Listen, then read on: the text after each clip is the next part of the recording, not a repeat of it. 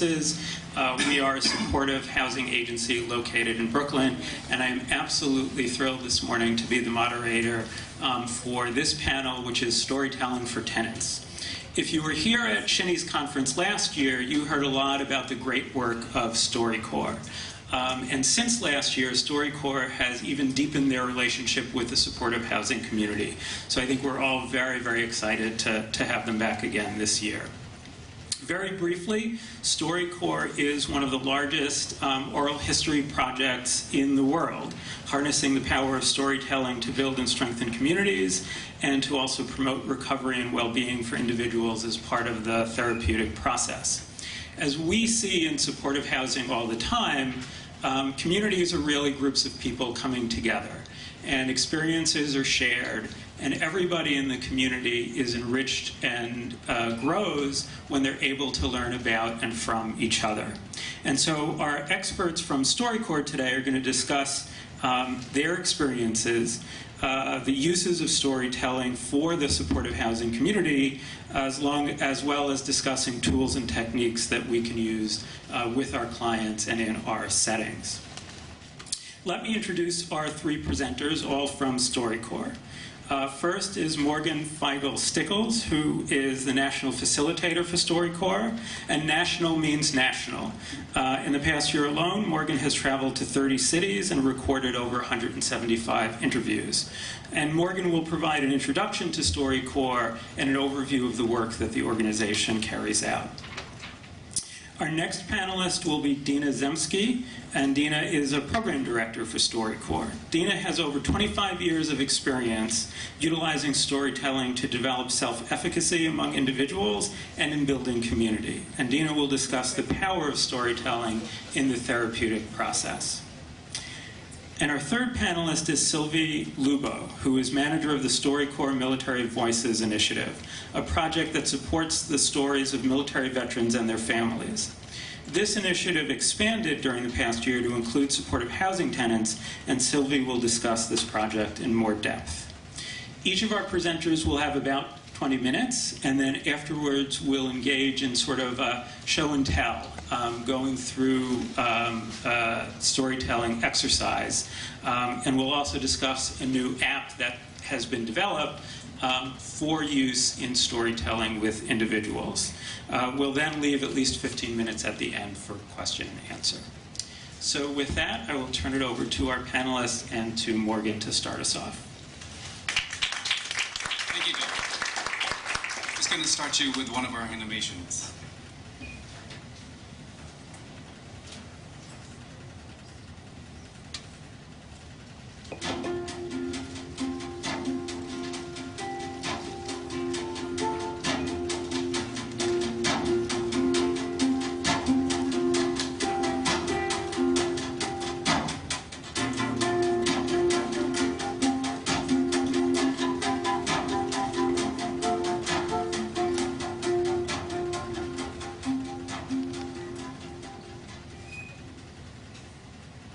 Let's talk about Miss Divine. Lizzie Divine.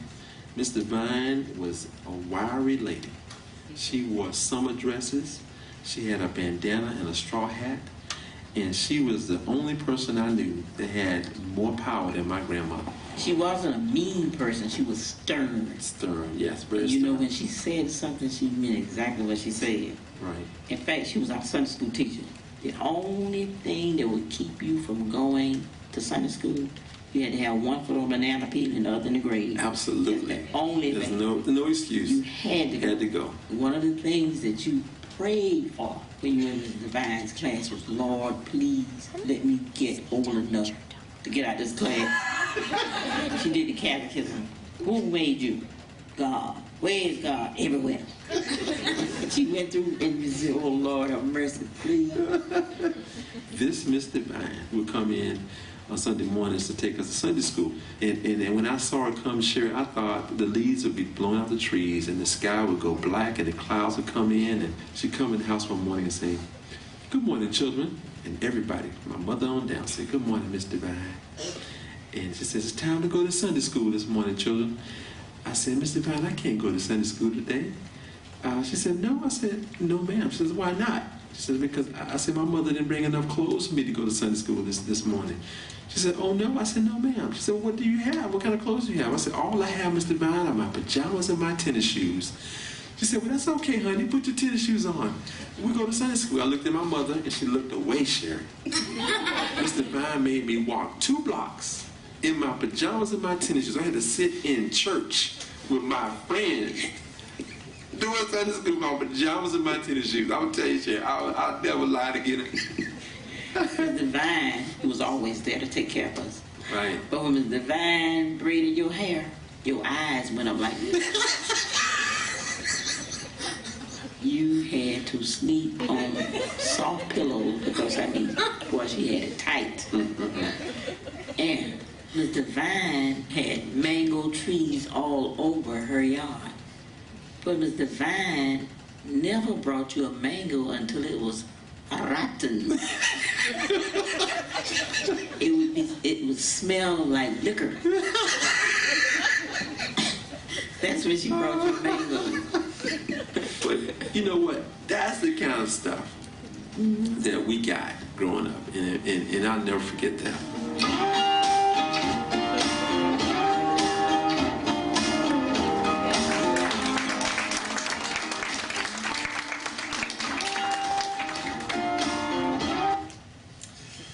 So that was Sherry Johnson and James Ransom. They recorded with StoryCorps in Sarasota, Florida in 2006. So what is StoryCorps? StoryCorps is, at its heart, an oral history project. We have recording sites set up around the country where we invite people in to come in and just talk to each other. We record the conversation, we give them a copy of it, and with their permission, we archive it with the American Folklife Center at the Library of Congress.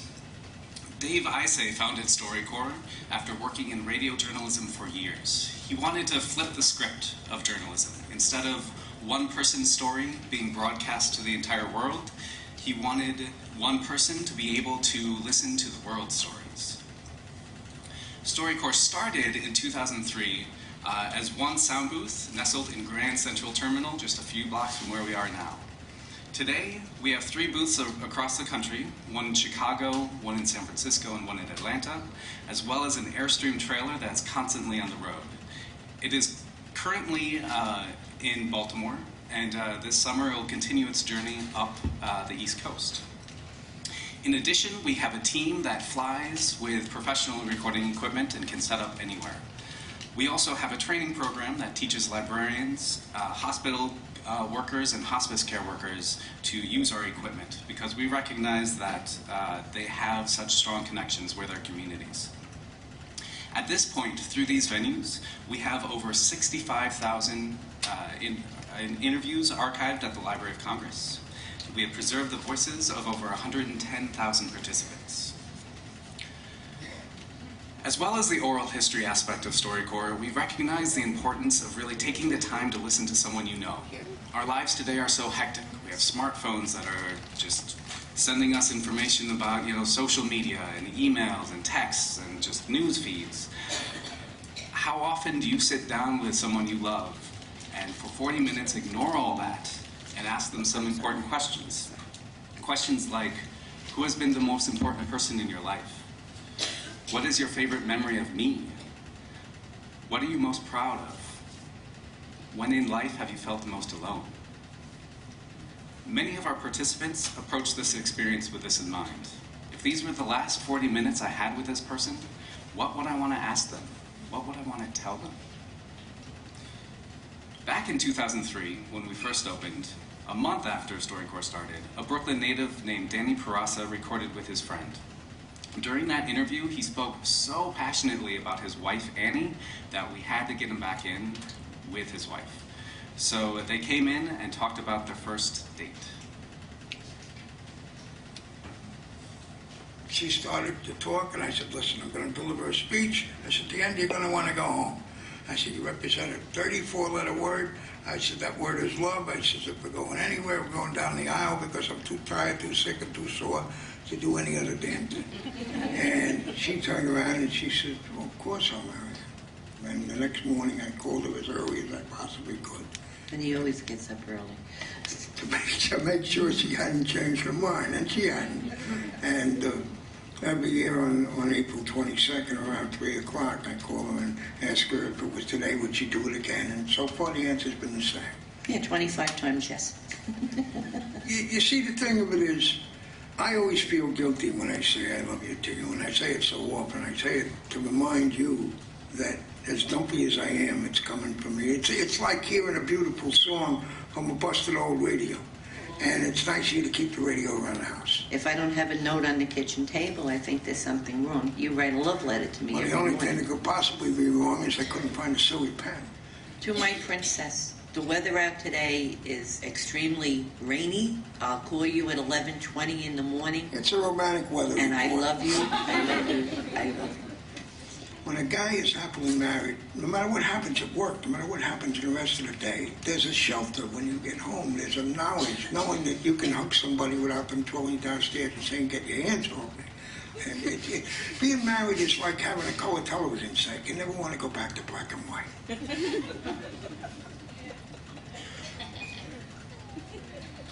That was Danny and Andy Perasa talking in 2004 in New York City. So as you just heard, another aspect of StoryCorps is production. We have a weekly broadcast on National Public Radio's Morning Edition, as well as occasional broadcasts on Weekend Edition. We have a podcast, and we have animations like the one you saw earlier about Miss Divine. We live in a very strange time. No more, you know this, in this election year, where we are being increasingly siloed into groups of people who just think alike. StoryCorps hopes that through these stories and through this production, we can inspire people to recognize the humanity in all of us. Now, StoryCorps has booths set up around the country, and we can fly to any location. However, we recognize that we can't get everybody. We miss a lot of people. In order to make StoryCorps as accessible as possible, in 2015, we launched the StoryCorps app. This app turns any iPhone or Android into a mini StoryCorps recording booth. You can pick out which questions you want to ask, record a conversation, and if you upload it to the site, we will archive it with the Library of Congress. You can find out more about the app, and you can listen to uploaded content at storycorps.me. StoryCorps also has created initiatives to concentrate on voices underrepresented or misrepresented by the media. We have the 9/11 initiative, which hopes to record at least one story for every life lost during the 9/11 attacks. We have the GRIO initiative for people who identify as Black or African American, the Historias initiative for people who identify as Latino, Latina, or Hispanic, and we currently have 3 funded initiatives: the Out Loud initiative for the LGBTQ community, the Military Voices initiative for our veterans, and most recently, StoryCorps launched the Justice Project, which will amplify and preserve the stories of people who have been impacted by mass incarceration in the justice system. So, why do we tell stories? I'm going to pick on an old colleague. Carissa, why do we tell stories? To share something about ourselves with others. Thank you. Could you all hear that? To share something about ourselves with others. Thank you. Thank goodness you walked in the room so I could ask my question to a familiar face. And so why do you think storytelling is so important for people who are formerly homeless? I'm going to ask Jeff that one. Why do you think storytelling is so important for people who are formerly homeless? Well, I think in part it validates them. They've gone much of their lives without being allowed to tell their story and without their story being heard. And so I think the process is very empowering for them. Thank you, both of you. What I will be describing as I speak with you is not a clinical therapeutic intervention or a formal life review, but a program model that supports a strong overlap with your work with Tenants and a technique to support resiliency and self-efficacy. We're going to listen to a broadcast segment now, and I will tell you about these folks after we listen to what they have to say and what their story is about. We had the car repossessors there. We had the bank knocking on the door. You just feel like you're a prisoner in your own home. You would never think that that would be your routine, looking out the peephole before you walk outside every day. Now, since that has happened, I can't even hear a knock without my heart jumping. We did call the bank and tell them that we needed some help with our loan because we started getting behind on our mortgage. But we just could not even dig with a shovel out. Before you knew it, we were homeless. I remember going to REI and looking at tents that would hold a family of 5. And then I remember at the homeless shelter, when they escorted us to our room, I remember laying on a bottom bunk and looking up at the springs that you look at on a bunk bed. And I remember saying to myself, how did I get here? You know, I remember walking to the shelter after work at school, and, you know, the school bus is pulling up, and I knew the school bus driver. I remember pulling my hood over my head because I was embarrassed. I didn't want her to see me, you know, or a colleague says, we're going to go volunteer and we're going to feed the families, and it would be at my shelter. And I would tell my husband, we cannot be here for Sunday dinner because the colleagues from my job are going to be serving food. We're living in transitional housing right now. Now we have at the dinner table the circle of things, and each one of us go around and we say what we're thankful for. Our boys, they're at that stage in which they're thankful for their Pokemon cards, but we're thankful that we can come together with our food, with the lights on, with the heats on, and knowing that we are there to be blessed to wake up another day.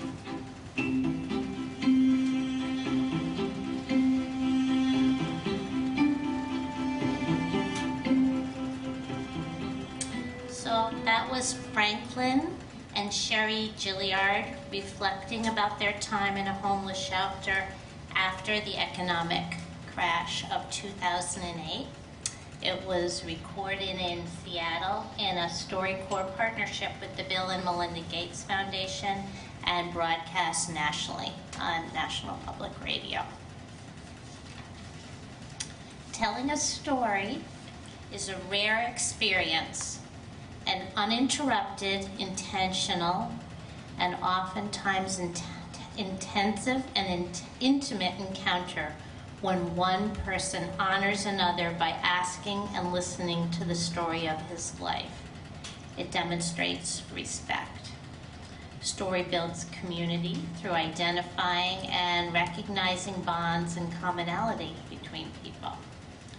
The simple act of sitting down and sharing personal stories is a powerful way to bring people together over mutual experiences. I suspect that community building is part of the work that you do in your jobs in supportive housing, and that the simple act of sharing a story can bring people together in mutual affirmation.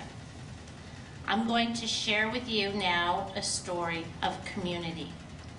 In this broadcast, Van Harris and his wife Shirley describe growing up in Brooklyn in the 40s and their favorite diner. Sharing stories of youth and community, particularly for the elderly, bring people together and help them to realize their similarities and to solidify their bonds. Let's listen. I met her when she was about 10 years old, and she was beating up a couple of guys. The boys had taken her hat off her head, and they were tossing it around. She said, give me back my hat. They wouldn't. So one by one, she punched out every boy. I said, geez, I'd like to meet a girl like that. Later on, I used to take you with me when we'd go to our hangout, which was Dubrow's Cafeteria. We'd come in late at night. We'd have a cup of coffee. And then who was our friend who would have dinner? Oh, Herbie the Nibbler. He ate so much. And they gave him a discount on his food. Oh, they sure did at Dubrow's. Here comes Herbie. So they give him a table, and he'd sit all by himself, and we'd gather around and watch Herbie the Nibbler eat. We used to say he had a tapeworm. He didn't have a tapeworm. We used to say he has a snake. And we had a guy called One Ball Barney. I don't think I have to explain it. And there was a guy named Mendel Berman. Mendel had a leaky ear. And he'd go to dances, and he'd sit there, and he'd put a handkerchief in his ear. It was a terrible habit. He would smell the handkerchief. How could you pick up a girl when you're there sniffing a handkerchief that's got the deposit from a bad ear, you know? But that's the way these guys were. Oh, Shirley, you grew up with these fellows too. They loved her. Yeah, we'd sit around and everybody would be telling jokes. You just felt at home. Filthy Milty was my friend, and when we got married, Filthy Milty was our babysitter. And he was crazy as a bedbug. While we were out, wherever we went, they would take the dresser drawers and he would exchange them. He moved the top drawer to the bottom, the middle drawer to the top, so if we went looking for, let's say, underwear, it wasn't in the same place. This was Milty. And it turned out that all of our children have a great sense of humor as a result of being surrounded with these guys. And I'd say to you today, thank you for a wonderful life. Well, thank you.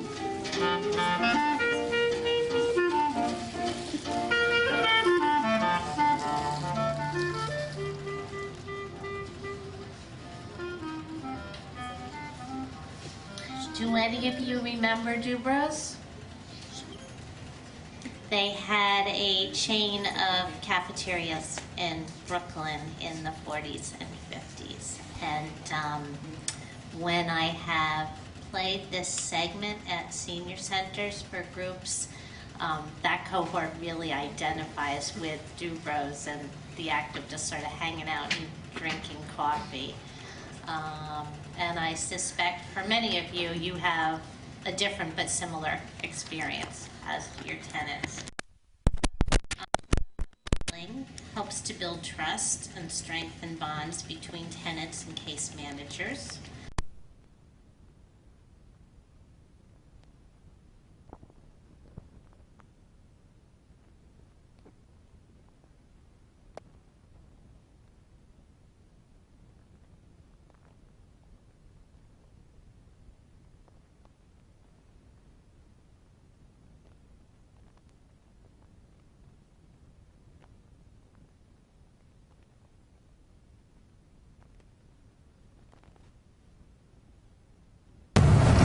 Eric Erickson, the noted developmental psychologist, spoke about the need in later life to develop a balance between integrity and despair by reflecting on the story of one's lives. And for any of you who work with the elderly, you may find that in the work that you do with them. Story preserves an individual's legacy. Here, 96-year-old Anna Weiss reflects with her daughter Mary on the story of the resiliency in her life. I knew Pop when we were children.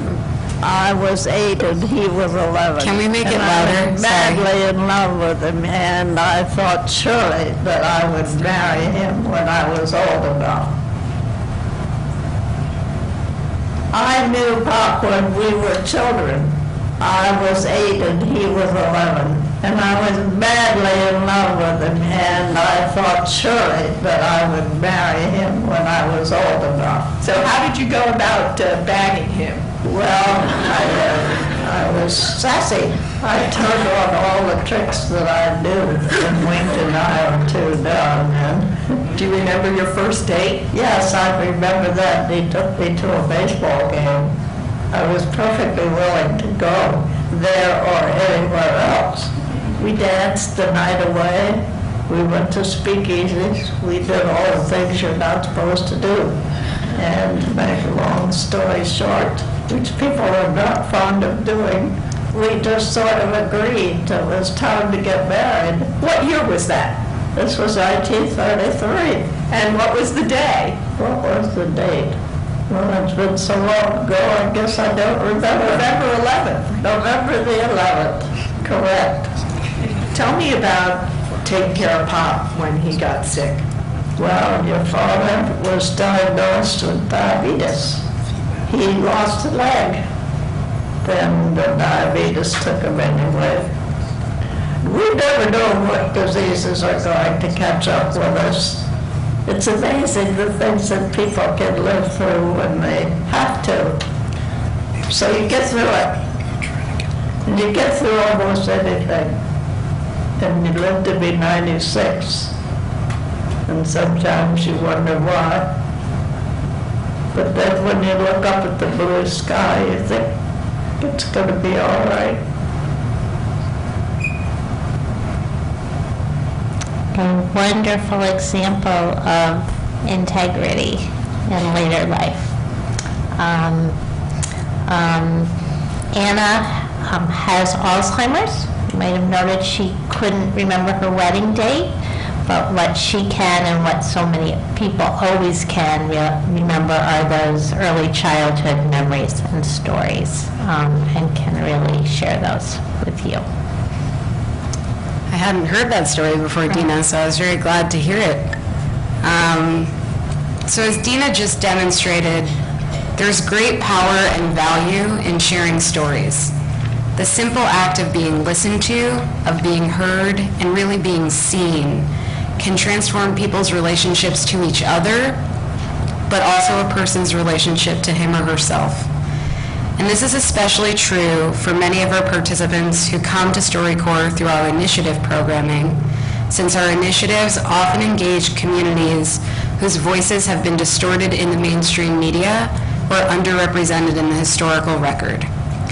In that vein, I'd like to spend some time talking about one initiative in particular, and that's StoryCorps' Military Voices Initiative, a program that records the stories of military veterans, active duty service members, and their families.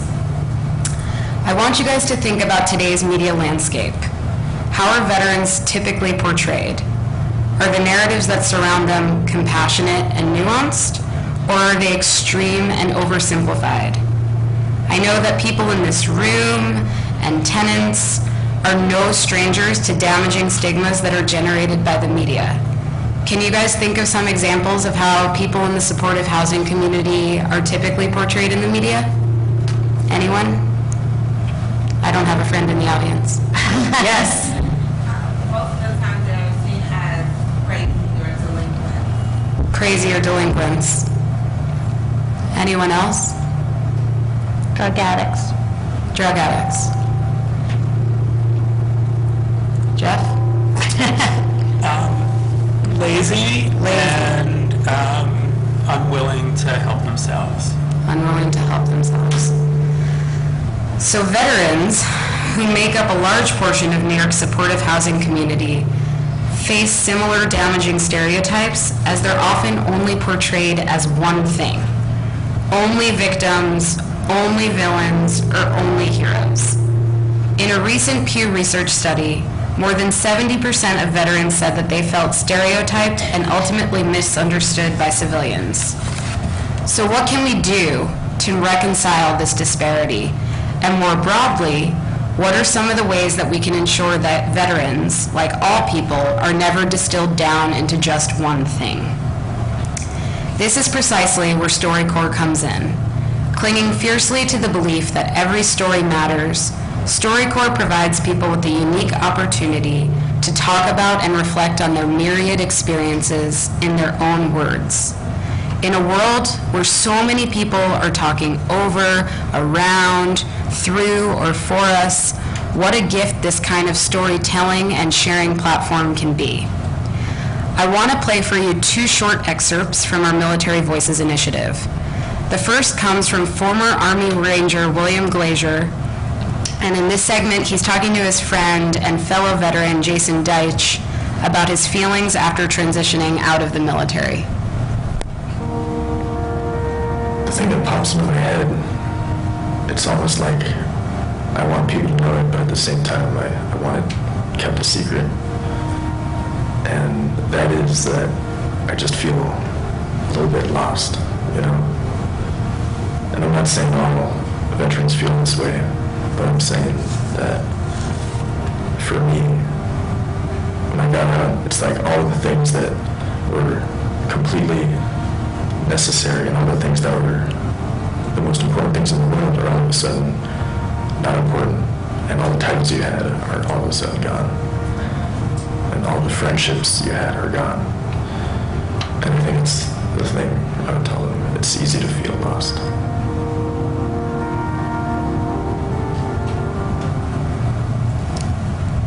Again, that was William Glazer speaking to his friend Jason Deitch.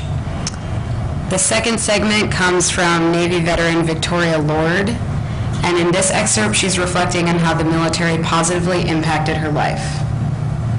I never really had a very strong family structure previously, so when I joined the military and there was structure, there was a roof over my head, there was food on my table, and there were people that were going to stand behind me no matter what. They taught me the real meaning of family. I have met the most amazing mothers and fathers I've ever seen in my life. And they realized that when I first came into the Navy, I was a little bit broken. And every time I went to a new command, these strong people would reach for me.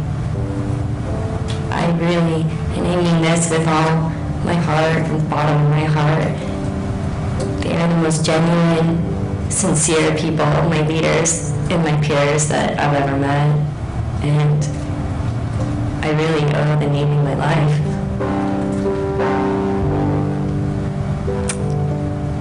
So as the Glazer piece and the Lord piece just demonstrated, and really what the entire StoryCorps archive suggests, is that there is no singular narrative. The stories in our collection are as diverse and complex as the people who share them. They're filled with humor, with candor, sorrow, life, and love. Above all, the stories are supremely human. You might recall at the beginning of the presentation where Morgan mentioned how and where people can share stories with StoryCorps. Some stories come from our public participant base, where people reserve appointments at one of our recording sites and conduct interviews with friends or loved ones. But what a lot of people don't know is that many of the stories in the archive actually come from partnerships that we've established with organizations and institutions across the country. Organizations that want to honor, celebrate, and amplify the stories of their communities. This partnership model, based on mission alignment, trust, and collaboration, is of course how we came to know and work alongside Shinny. In February and March of 2016, we worked with Shinny and several nonprofit housing providers, including Bailey House, BCHS, Center for Urban Community Services, Community Access, Concern for Independent Living, HSI, Housing Plus Solutions, Jericho Project, Project Renewal, Services for the Underserved, The Door, the Neighborhood Coalition for Shelter, Urban Pathways, and Volunteers of America of the Greater New York. And we worked with them to create a dynamic audio portrait of New York's supportive housing community. Over the course of 3 days, we recorded 17 stories with supportive housing tenants and residents. We heard from Gloria Montez, who spoke about some of the difficult experiences she encountered as a female service member in the Air Force in the 70s. We heard from Justin Green, who described the day he found out he was HIV positive. And we heard from Tahira Johnson and her fiancé, Jalissa Brevet, and their dreams to raise a family and travel the world. While the stories ranged in topic and theme, many participants spoke about how their quality of life dramatically improved after being placed in supportive housing. One of those participants was BCHS resident Barry McCrae. Here is an excerpt from his story, and an interesting note about this piece is that it wasn't actually produced by StoryCorps, but instead by Shinny's very own Sarah Schenk and Johan Ayub. My name is Barry McCrae, and I'm 57 years old. Hi, good morning. My name is Thomas Bellinger. My age is 55. Today's date is March 17th, 2016. And my relationship to the gentleman across from me, I'm his case manager at the residence where he lived, and the place is called Brooklyn Community Housing Services, for short BCHS. My family had passed away, and it damaged me a lot, you know. It was so, it hurt me, you know, so much, you know, and then I just couldn't, if I really got to like or love somebody and they disappeared, I don't know if I would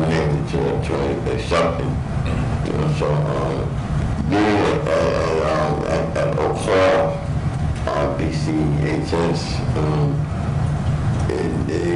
They helped me to accept the fact that things do happen,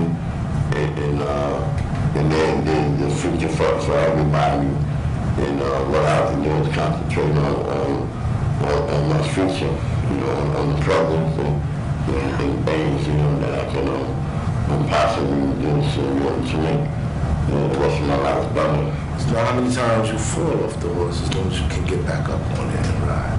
So Barry, again, I commend you for being the person you are. So you know that this thing that we call change does work. It's not easy, but it works. I came into business myself through the system, got myself together, and I've been clean now for 20 years now.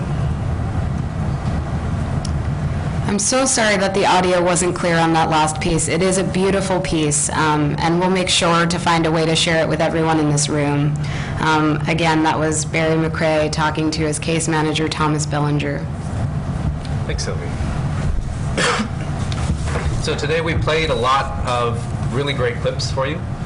And the pieces you've heard are all edited segments that come from 40-minute conversations. So I want to open it up to you. What makes a good conversation? What have you noticed? Transparency. Yeah. Yeah, being able to be open. Yeah. Asking the right questions. We will get into that a little bit more in a second. Listening. Listening. Excellent. Yes. Listening. Yeah. Yeah. Intimacy. Yeah. Yeah. That's all fantastic. That's actually, this is going to make this next little video a little bit redundant, but it's we have a video that National Public Radio host Steve Inskeep made for us in preparation for the launch of our app.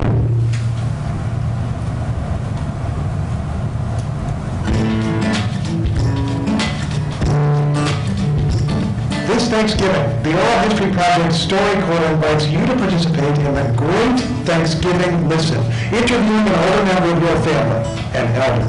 I'm Steve Inskeep, host of the NPR News program Morning Edition, here to tell you that you don't need a big, fancy studio to produce powerful conversations. All you need is the StoryCorps app and these 5 tips for great interviews. Before we begin, think carefully about who you want to interview. Why them? What is it that you hope to learn? What should you ask? Let's get started. Tip 1, ask what questions. Come up with questions that begin with the word what. What did you do? What happened next? What did you think of that? Avoid questions that lead to a yes or no answer. Did you like her?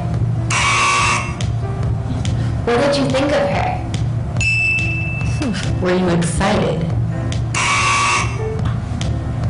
What was the most exciting part? Tip number 2, listen. It's so simple and so hard to do.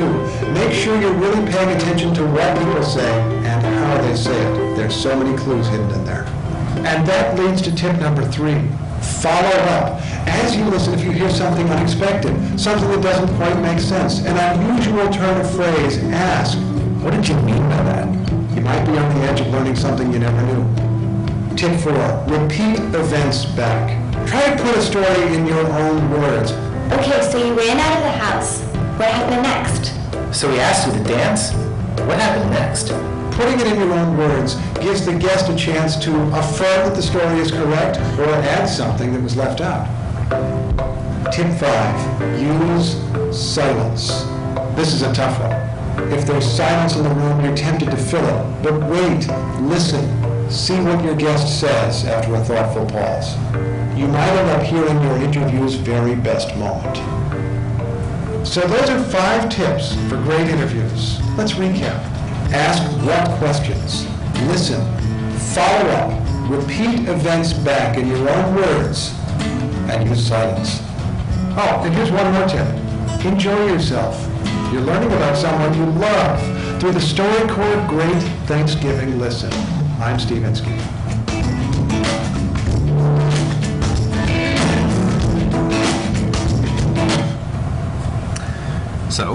thank you, Steve.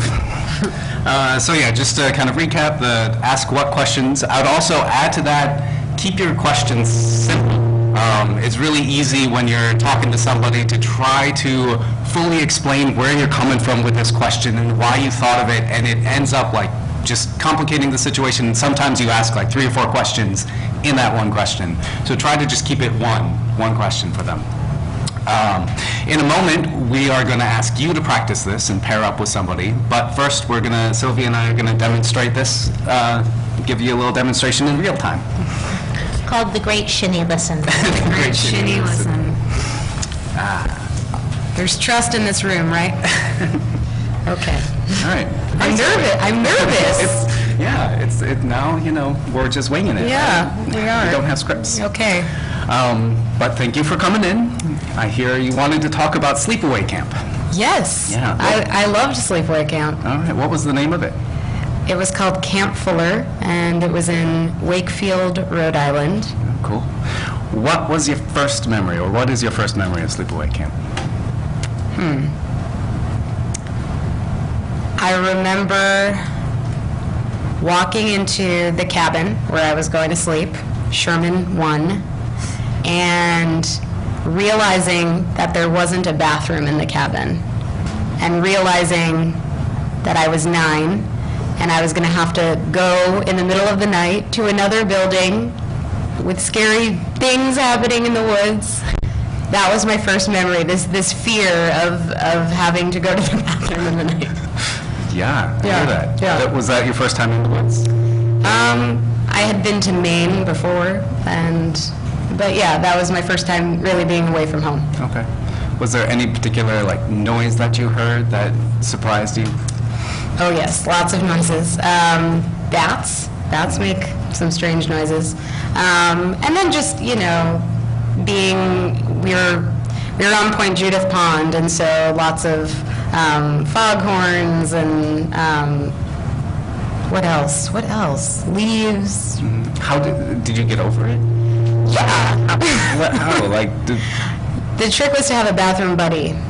Yeah, so to wake somebody up and say, "Oh, you come with me to the bathroom." And yeah, Nina Rostansky, thank you, wherever you are. That actually leads to another question. Who was the best friend that you made at sleepaway camp? Well, I knew Nina before, so she doesn't count. Okay, fair enough. Maddie McGuire, and I am friends with her to this day, and I will be going to her wedding next September. Wow. Can you describe Maddie McGuire? Yes. Maddie McGuire is short, like me. She has an athletic build, dark brown hair. Her mom is Sicilian. I don't know what else. Really kind, really funny. And we just kind of clicked from the beginning. Yeah. Yeah. Cool. What was your favorite part of sleepaway camp? I had 2 favorites. Okay. Sailing. It was a sailing camp, so I got to learn how to sail. I was a fraidy cat when I started, but then I got to be okay. I got to use a tiller and a rudder and all that jazz. I also loved council fires, which are basically like every Friday we would have a big fire and we would do skits. Okay. Yeah. Okay. So going back to sailing, do you remember the first time that you sailed? Yes. What made you scared? So when there's a big gust of wind, the boat can heel and kind of rock on its side, and it feels like you might tip over, capsize, and that really scared me. Fair enough. What do you do to prevent that? You hike out. Can you describe what it means to hike out? God, this is a very strange experience doing this. Yes, you lean back and you try to level the boat with your body weight. Okay, so you're like leaning over the water? Yeah, you're leaning your back. Wow. Are you ever afraid that you're gonna like fall into the water? No. Okay. That one didn't scare me for whatever reason. Cool. What do you like about sailing now? Well, I haven't done it in a long time. I miss it. I like that it's out of the city. It's in nature. I like how it feels when you're going really fast. Yeah. Are we done? Are we done with my camp stories? Now, we are going to ask all of you to sidle up to a storytelling partner and spend 5 minutes sharing with your partner a story. And then we'll let you know when we're going to switch, and they get to have the same experience with you. And then we'll come back together and talk about our storytelling experiences, and also have some time to do a question and answer about StoryCorps, the therapeutic power of storytelling, the Military Voices Initiative, and our relationship with supportive housing. And if you're not sure how to get started, we have a few great questions up on the screen as well as possible inspiration. So take 5 minutes.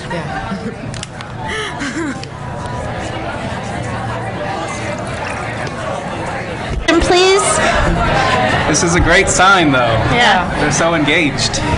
So someone out there has a microphone, right? I think somebody out there has a microphone to pass around. Great. So who would like to share with us what this storytelling exercise has been like? We would love some volunteers. Anyone? I don't want to have to pick on poor Carissa again. Yeah. Will you stand up? Oh, yes. Stand it. Darling Lori, hi. I think the experience, okay, thanks. Official, okay. The experience was a little scary to open yourself up to a stranger. But I think once you get into the groove and the questions are asked, you start like kind of just having a conversation. It's not like an interview, At first it is, But I really enjoyed it. I think that learning about, again, someone like I don't know, but learning their story, and then I guess vice versa. I really enjoyed it. I wanted to talk more, actually. I'm like, oh my God, like I want to, speak more. So I don't know if my partner wants to say something, but we would love that. I'm Rachel. Hi. I would agree. It was enjoyable. I think that it definitely, we were talking afterwards, like I want to call all my loved ones and be like, tell me a story and like share time with people. So I think it's definitely an effective tool and I really enjoyed it. Did you find that there were places of commonality in your stories that you might not have expected? I would say yes, but we didn't really get to that point because we were listening to the other person, but I could identify with things she was saying and like, oh, that was a memory or something similar, or we could have related, I think, if we kept going. Great, thank you. Up in the back. Hi, my name is Fallon. I like this conversation and talking. I mean, although I know the person that I did my interview with, I just feel like now I want to go home and talk to my grandma and ask like all of these different questions. And like she just said, like you just want to ask more people questions and, go into detail about maybe your history and things like that. So I feel like I'll learn not only with my tenants at my building, but I also learn at home with my friends and family. So that was really cool to learn. Do you think you could use this with your tenants? Yes, absolutely. I mean, I think we're actually going to be having you guys over at our building soon in a couple months. So it's actually going to be pretty fun. We have a group of tenants who sit outside every morning for morning coffee. So it's going to be great the way they're going to interact and speak. So they do this every day. So just having a little microphone to record it is just going to be a way to just have it permanently. So I'm looking forward to that part for sure. The other thing is your tenants will receive a CD with their interview on it, and it might be really wonderful to have a storytelling group and play everyone's story for each other or for the larger community. The one tenant we have in mind, he is sort of like a superstar, so to speak. He likes to be seen and known and wants everybody to know who he is, so I'm sure he's really going to enjoy that part as well. Yeah, he just wants everyone to know that who he is and where he's come from. He's from Italy, Sicily to be, so he's very fond of that. Excellent. Thank you for sharing. Anyone else? I have to say, from my end, I really enjoyed watching you all engage. It was really impressive from up here. You just clicked right into it, and there's fantastic gesticulations and a lot of laughter and a lot of some good intense kind of like back and forth that it made me feel really good to see you all do that. So I want to get you all in the booth. So I think now Jeff's going to help all of you ask us some questions. Yes, so first, can we have a round of applause for our great panelists?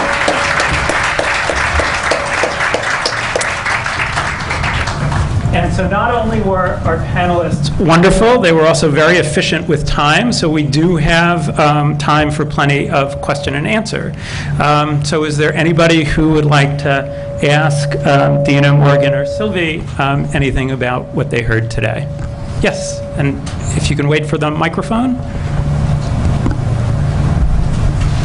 So we have a lot of clients who have very traumatic histories, and with that trauma comes memory that may or may not follow a chronological timeline. And as a listener, we have a difficult time tracking what they're saying, and they see the confusion on our faces, and it sets up a barrier. Do you have any advice for working with vulnerable populations who may have difficulty sharing their story? Sure. A couple of things.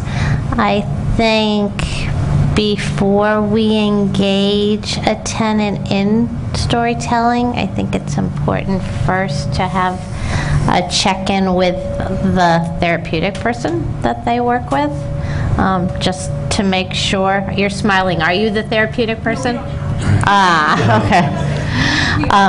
I mean, that's one tip I would say, to make sure that this isn't someone who's really going to feel re-traumatized by the experience. In terms of the question about chronology, for our purposes, it doesn't matter. You know, we want to hear the organic parts of a story. We can disregard chronology, because at the end of the day, what does that really matter, you know? And memory is so ephemeral anyway, that it's really even hard. You could ask two people the same story and their chronology could be different. So that would be my answers to those questions.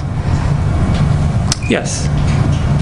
Yeah, we recently had a couple of our tenants speak to the local media on camera, and one of the concerns prior from the staff was that this was a form of exploitation, and even once we started doing interviews, the reporter wanted to videotape other things, and there was this question, well, that's exploitation, we're going to draw a line there, we're going to have boundaries. How do you deal with that, you know, that someone's being exploited potentially?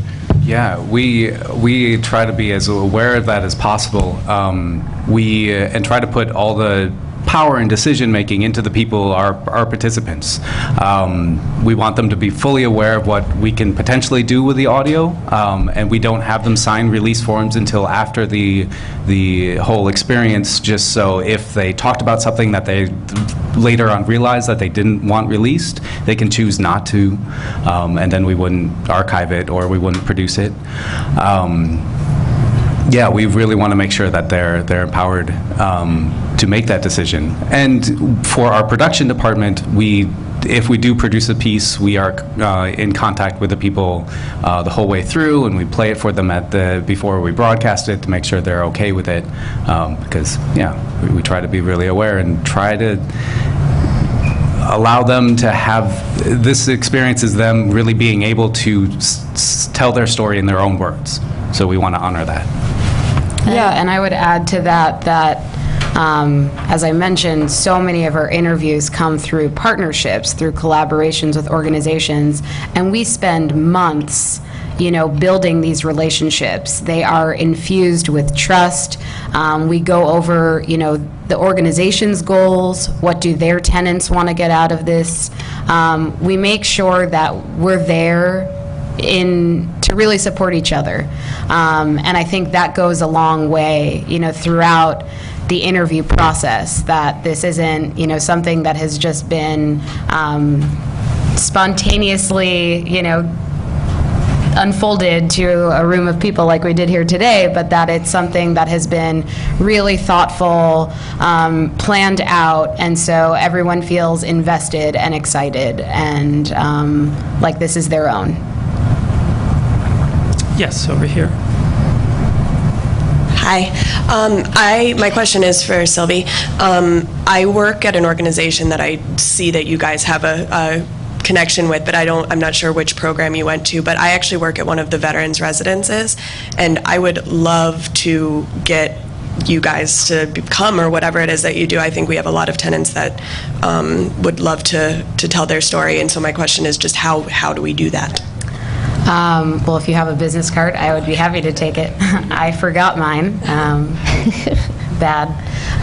But essentially, people from organizations can submit inquiries online and request the specific program that they're looking for. In this case, it would be the Military Voices Initiative. The way that a partnership typically works, like I said, it takes about 2 to 4 months to plan. We send a team of facilitators, like Morgan, to the site of the organization's choosing, and we usually record 6 interviews in a day. The pairs have already been selected by the organization. We have, that's the long and short of it. But we've worked with organizations in New York, and we're also national in scope. So I'd be very glad to talk to you more. Yes, over here. Hello, me again. What are your thoughts on using this as a tool to help clients kind of re-story moments in their lives, to reflect upon a moment where they experience something traumatic, and then reflecting on it so that they see like maybe the resiliency that they are. I don't know. So that makes sense. I think like changing the narrative a little bit. I think you captured one of the themes of our workshop, is that storytelling does just that. We can look back and reboot our narrative and remember that we're people of great strength, or yes, we had a lot of losses, but we're still here and standing up, or there's still life left to create your story differently. That's what I think is so beautiful about the arc of the story, and hearing it from someone and examining it. So yes to your question. Do we have other questions? So one question I did want to ask the panelists is, one of the things that I found very compelling was the segment where there was the gentleman talking about how much he loved his wife, and then his wife being part of that interview, and so the interaction between the two of them. Do you ever do situations where you're having a group tell a story together about a shared experience?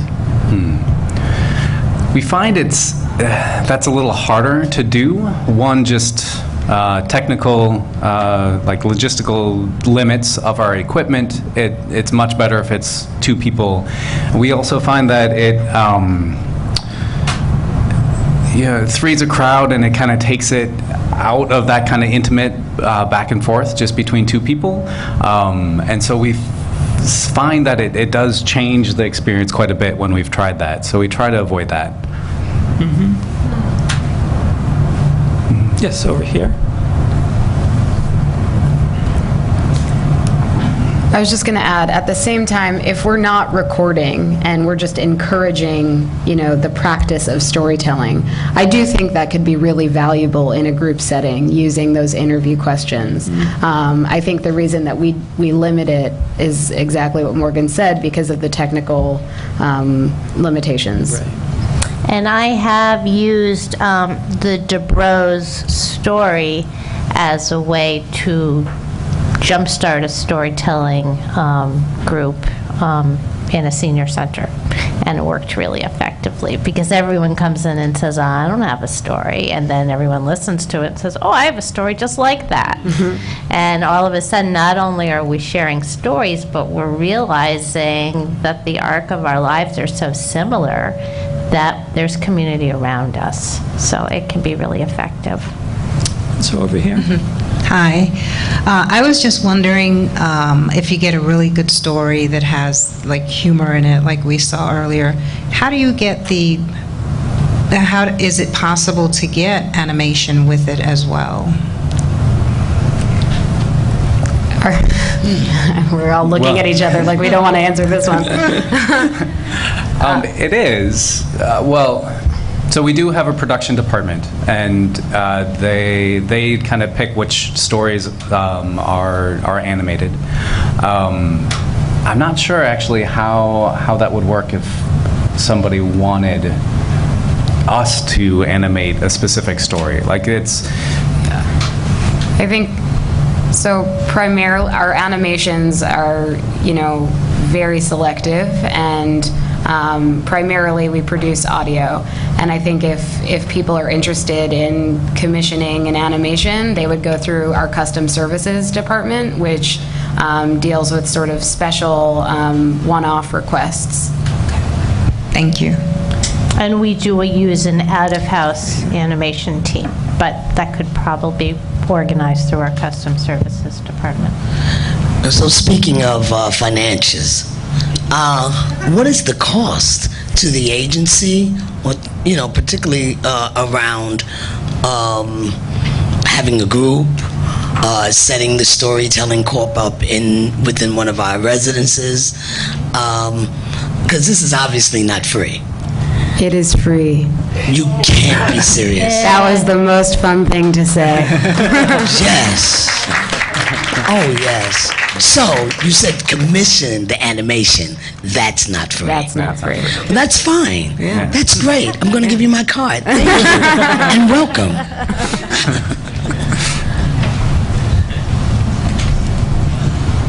Gentleman over here. Thanks. I wanted to ask, I'm Beth from Breaking Ground. I wanted to ask about the importance of like the participant selection, like who is asking the questions. I'm assuming it's pretty important that it be somebody they have either shared stories with or know very well. We have some volunteers who are interested in doing some storytelling things, and I think we're struggling to think that it's a little too personal and too intimate to have them conduct it. Maybe they can be, facilitating the technical aspects of it. So I guess I wanted to ask and just verify: is that the case? That it'd be important that they have a relationship already in supportive housing? Like, can it be a friend, a fellow tenant? Most likely the case manager. And also in the booth, is there like a third somebody like running the audio or something, and does that interfere, or how does that dynamic play with the intimacy of the experience? Yeah, that is a Morgan question. So I'm a facilitator, which means I am in the room, in the booth. I'm in charge of the equipment, making sure people sound good. I also help them through the process if they get stuck, might ask a follow-up question. Also, I'm kind of the outside ear for making sure people who don't know these two can understand their story.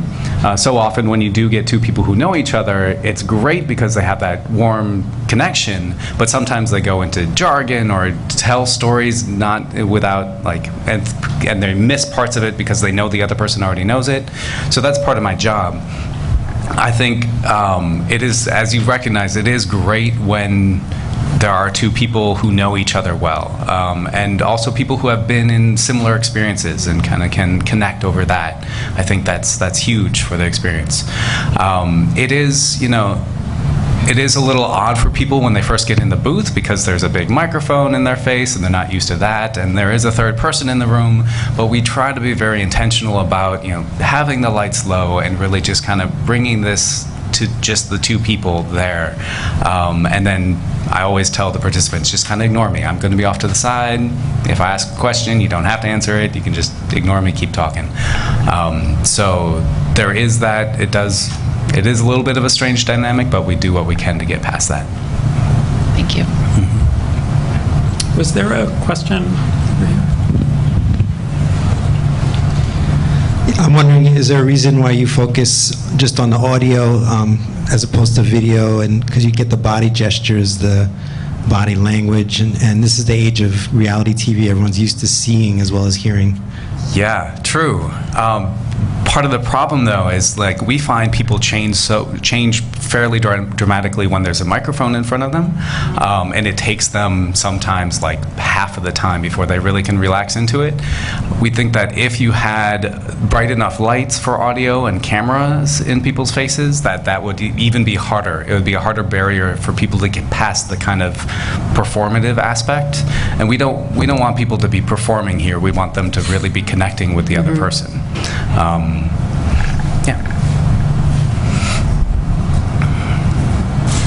So I actually have one more question. The power of storytelling is really amazing, and you guys just do such an amazing job. I'm curious about